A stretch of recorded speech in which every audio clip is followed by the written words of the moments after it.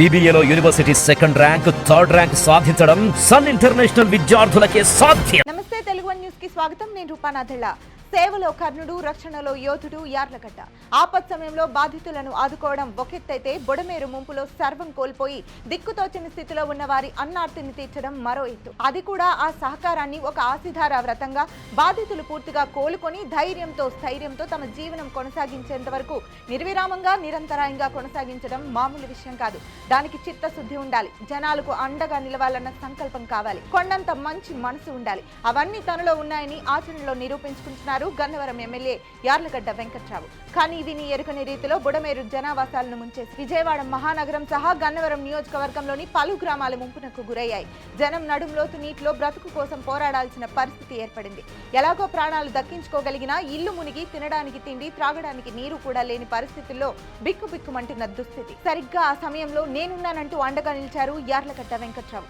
స్ఫూర్తిని నింపే నాయకత్వం వెన్ను తట్టింది. బాధితుల కోసం నిద్రాహారాలు మాని ఆరోగ్యాన్ని సైతం లెక్క చేయకుండా ముంపు ప్రాంతాల్లో మోకాటిలోతు నీటిలో పర్యటనలు చేస్తున్న తెలుగుదేశం అధినేత చంద్రబాబు చొరవ వెన్ను తట్టింది. అంతే, ముంపు బాధితుల కోసం నిత్యాన్నదానాన్ని ప్రారంభించారు. సుదూర ప్రాంతాల నుంచి అవసరమైన సరుకులను తెప్పించారు. ముంపు బాధితుల అన్నార్తిని తీర్చడమే లక్ష్యంగా కఠోర దీక్షతో అవిశ్రాంతంగా పనిచేస్తున్నారు. ఆదివారం ఉదయం నుంచి ఆరంభమైన యార్లగడ్డ అన్నదాన యజ్ఞం నిరంతరాయంగా కొనసాగుతూనే ఉంది. ఆయన లక్ష్యం ముందు, దృఢ సంకల్పం ముందు వరుణుడు కూడా తలవంచాడు. హోరు వాన్లో సైతం బాధితులకు అన్న సహాయం ఆగలేదు. సమాజమే దేవాలయం, ప్రజలే దేవుళ్ళు అని తెలుగుదేశం వ్యవస్థాపకుడు ఎన్టీఆర్ ఆశయానికి అనుగుణంగా యార్లగడ్డ ముంపు బాధితులనే దేవుళ్లుగా భావించి వారికి భక్తితో చేస్తున్న అన్న సంతర్పణ ఇది.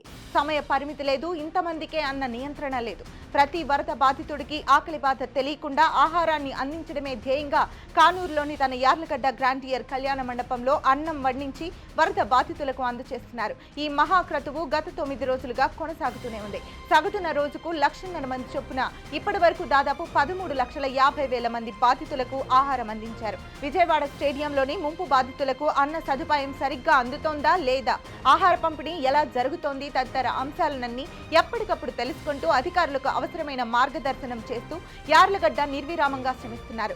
వర్షం, వరద, అడ్డంకులు, అవరోధాలను లెక్క చేయకుండా మొక్కవోని పోరాట యోధుడిగా యార్లగడ్డ బాధితుల కోసం అంకిత భావంతో అనితర సాధ్యమనదగ్గ పట్టుదలతో పనిచేస్తున్నారు. అంతేకాకుండా పండ్లు, బిస్కెట్లు కూడా బాధితులకు అందజేస్తున్నారు. ఆరోగ్య సమస్యలు ఉన్న వారి కోసం మెడిసిన్స్ కూడా సరఫరా చేస్తున్నారు. వరద ముంపు నుంచి గ్రామాలు బయటపడి ఆయా గ్రామాల ప్రజలు సాధారణ జీవనం గడిపే వరకు ఈ కార్యక్రమాన్ని నిర్విఘ్నంగా నిరంతరాయంగా కొనసాగిస్తామని యార్లగడ్డ బాధితులకు భరోసా ఇస్తున్నారు.